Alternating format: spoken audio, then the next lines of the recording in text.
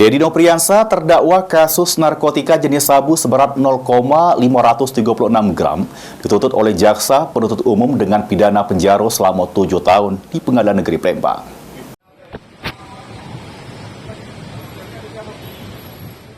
Dedi Nopriyansa lanang Siko ini jadi terdakwa kasus narkotika jenis sabu seberat 0,536 gram.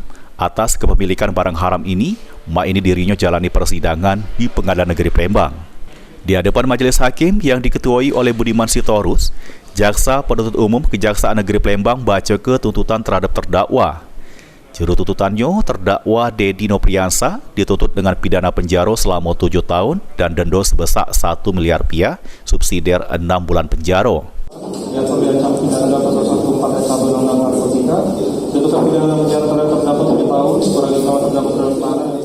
Atas perbuatannya, terdakwa dikenakan ke pasal 114 ayat 1 Undang-Undang Narkotika.